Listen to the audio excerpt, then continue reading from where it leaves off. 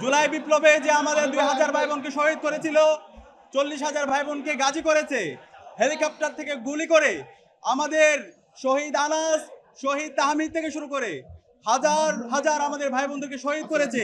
সেই খুনে হাসিনার আজকে মৃত্যুদণ্ড ঘোষিত হয়েছে। এই রায়ের মাধ্যমে আজকে জুলাই বিজয় হয়েছে। এই রায়ের মাধ্যমে আজকে জুলাইয়ের প্রজন্ম বিজয় হয়েছে।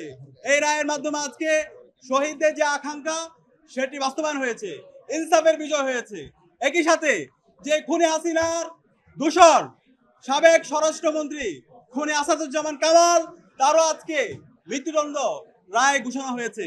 কিন্তু একই সাথে আমরা আশা করেছিলাম যে খুনে হাসিনার নির্দেশে আমাদের চাঙ্কারপোল থেকে শুরু করে আমাদের সাভারে এবং সারা দেশে যে গণহত্যা চালিয়েছে, হেলিকপ্টার থেকে গুলি করেছে সাবেক পুলিশের আইজিপি চৌধুরী আব্দুল্লাহ আল মামুন, তারও দৃষ্টান্তমূলক বিচার আওতায় আনা হবে। কিন্তু তার যে 5 বছরের তাকে কারাদণ্ড দেওয়া হয়েছে সেটা আমরা সন্তুষ্ট না।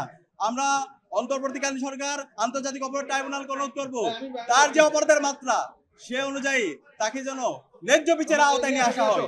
একই সাথে আমরা ডাকসুর পক্ষ থেকে বলতে চাই, এই খুনি হাসিনা এবং তার সকল দূষরদের, তারা বিগত 16 বছরে যত ফেসিবাদ কায়েম করেছে, যত গণহত্যা এবং শিশুহত্যা করেছে, এই প্রত্যেকটা হত্যাকাণ্ডের বিচারে স্বাধীন বাংলাদেশে হতে হবে।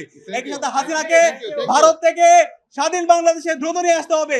এক্ষেত্রে ইন্টারপোলের সহযোগিতা নিয়ে এবং আন্তর্জাতিক যত মাধ্যম আছে সেই মাধ্যম ব্যবহার করে খুনি হাসিনাকে এবং তার দূষণদেরকে দেশে নিয়ে এসে দ্রুত রায় কার্যকর করতে হবে। এবং আজকের এই রায়ের জন্য আন্তর্জাতিক অপরাধ ট্রাইব্যুনাল এবং ইন্টারিম সকল তদন্ত কর্মকর্তা, শহীদ পরিবার সবাইকে আন্তরিক ধন্যবাদ জানাচ্ছি।